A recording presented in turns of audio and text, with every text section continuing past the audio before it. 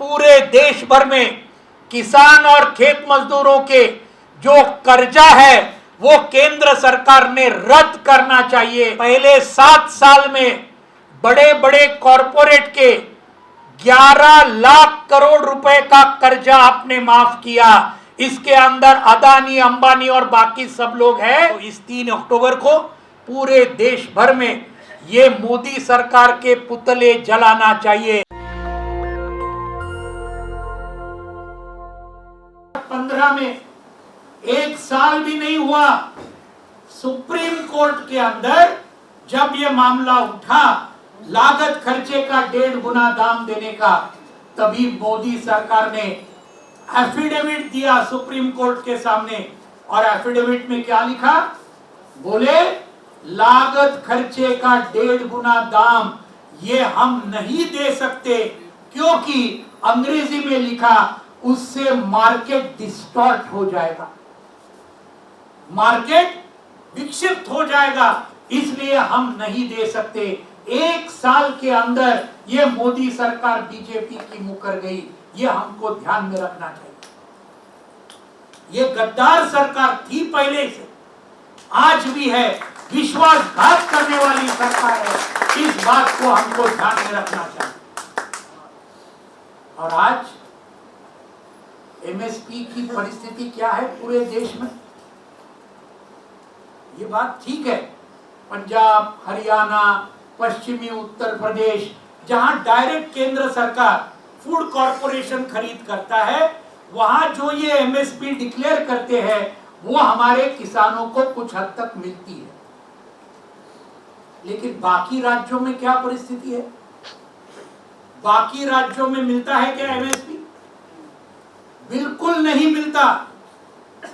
मैं आपको कहता हूं, मैं इस आंदोलन के दौरान बिहार में गया था, पटना में बहुत बड़ी रैली थी, हमारे यहाँ के सभी संगठन, राजा राम सिंह जी थे, अतुल कुमार अंजान जी थे, बाकी हमारे सभी लोग थे, AIKK-MS के भी लोग थे।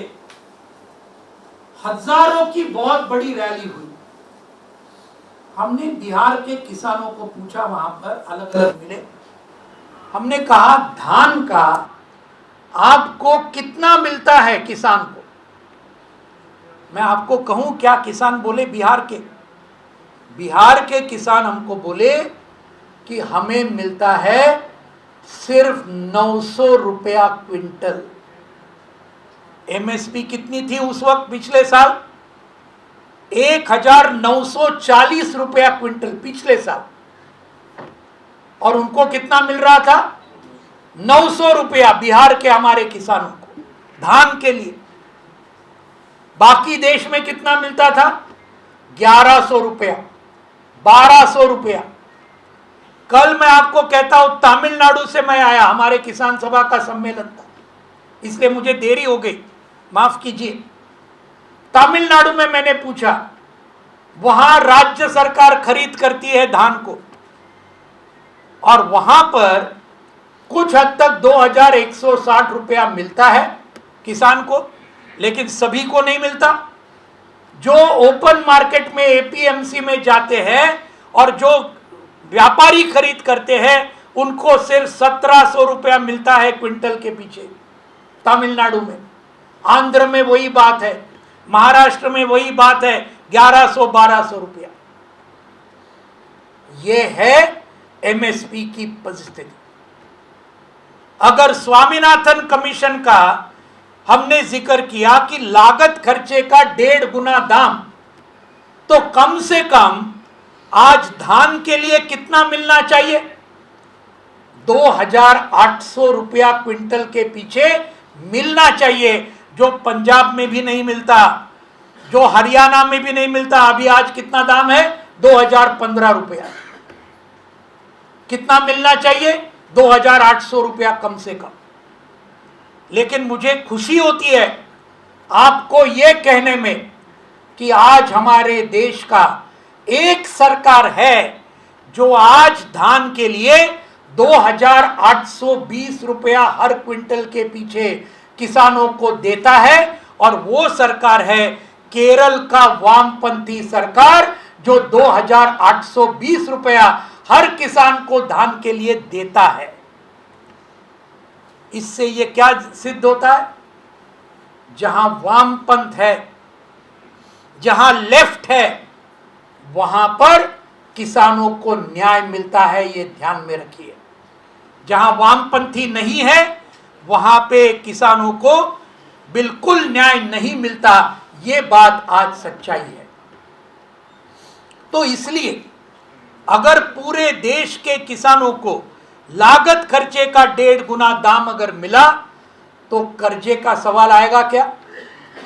कर्जे का सवाल ही नहीं आएगा, क्योंकि अगर उसको ये मिला, उसका खर्चा जाकर और 50% अगर मुनाफा किसान को मिला, तो कम से कम उसके बच्चे की शिक्षा, उसके बच्ची की शादी, मेडिकल एक्सपेंस, ये सब जो होता है कुछ हद तक वो किसान कर पाएगा, ये बात है। और उसके हाथ में अगर थोड़ा पैसा आया तो उससे और एक बात होगी कि बड़े पैमाने पर आज उद्योग का भी परिस्थिति और बढ़ेगा। तो इसलिए साथियों, ये एमएसपी का डिमांड बहुत ही बुनियादी डिमांड है। उसके साथ में अभी एसकेएम की मीटिंग हुई, आखिरी पॉइंट बोल के मैं खत्म करना चाहता हूं।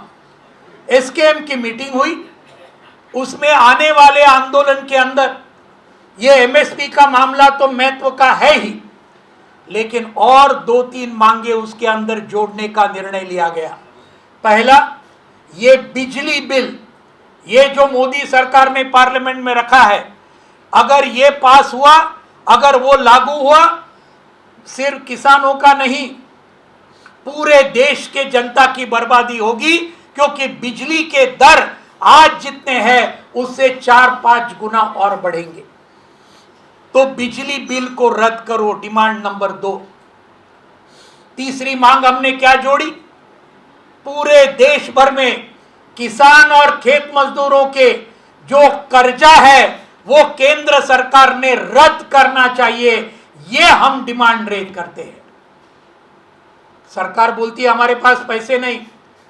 अरे लेकिन आपने पहले 7 साल में बड़े बड़े कॉरपोरेट के 11 लाख करोड़ रुपए का कर्जा आपने माफ किया। इसके अंदर अदानी, अंबानी और बाकी सब लोग हैं। 11 लाख करोड़ का कर्जा ये पार्लियामेंट के रिकॉर्ड के अंदर है, मैं मेरी बात नहीं कह रहा हूं। एक्चुअल फिगर है 10.72 लाख करोड़, यानी करीबन 11 लाख करोड़। ये आप उनका कर्जा माफ कर सकते हैं, लेकिन हमारे जो 4 लाख किसान और खेत मजदूर जो मर रहे हैं आत्महत्या की तरफ से, आज उनका एक भी नया पैसा केंद्र सरकार ने माफ नहीं किया। ये बात है। तीसरी बात, ये जो फसल बीमा योजना प्रधानमंत्री जी के नाम से बोलते हैं, आपको मालूम है ये पूरा क्लाइमेट चेंज और ये पूरी तरीके से बर्बादी हो रही है, सूखा पड़ रहा है, ज्यादा बारिश हो रहा है, बाढ़ हो रही है, लेकिन किसानों को कुछ नहीं मिलता इनके फसल बीमा योजना के चलते। कॉरपोरेट पैसा कमा रहे हैं और किसानों को मुआवजा नहीं मिल रहा। तो एक नई फसल बीमा योजना ये करनी चाहिए। चौथी मांग हमने ली, पेंशन। 60 साल के ऊपर जब किसान और खेत मजदूर बनता है तो उसको पेंशन मिलना चाहिए, ये भी मांग हमने इसके अंदर जोड़ी है। संयुक्त किसान मोर्चा इन सब मांगों के लिए आने वाले काल में एक बहुत बड़ा संघर्ष हमको करना पड़ेगा। लेकिन ये संघर्ष, जो उग्रहान जी ने बिल्कुल करेक्ट कहा, ये संघर्ष हर राज्य के अंदर होना चाहिए, हर राज्य के अंदर। पहले जैसे हर बार दिल्ली को घेराव, ये नहीं होगा शायद, हर राज्य के अंदर होना चाहिए। और इसलिए एसकेएम ने तय किया आने वाले 26 नवंबर को, जो 2 साल इस आंदोलन की शुरुआत को पूरे होते हैं, हर राज्य के राजधानी में राज्यपाल के ऊपर लाखों की मोर्चे हर राज्य के अंदर संयुक्त किसान मोर्चा की तरफ से निकलेंगे। 3 अक्टूबर जिस दिन ये लखीमपुर खीरी में जो हमारे 5 साथी मारे गए, ये अजय मिश्रा टेनी और उसका लड़का, इसने जो गाड़ी रोड़ाकर ये 5 लोगों को आज खत्म किया, इसके 3 अक्टूबर को पहली सालगिरह होती है। तो इस 3 अक्टूबर को पूरे देश भर में ये मोदी सरकार के पुतले जलाना चाहिए। ये दूसरा कॉल हमने दिया है। ये सब आप लोग सब उसके अंदर शरीक होंगे, संयुक्त किसान मोर्चा के आंदोलन को मजबूत करोगे, ये पूरे विश्वास के साथ मैं मेरी बात यहाँ पूरी करता हूँ। धन्यवाद साथियों। नेशनल दस्तक की आपसे गुजारिश है कि अगर इसको बचाना चाहते हैं तो नेशनल दस्तक को सब्सक्राइब करने के लिए रेड कलर के सब्सक्राइब बटन को दबाएं, फिर बेल आइकन की घंटी दबाएं।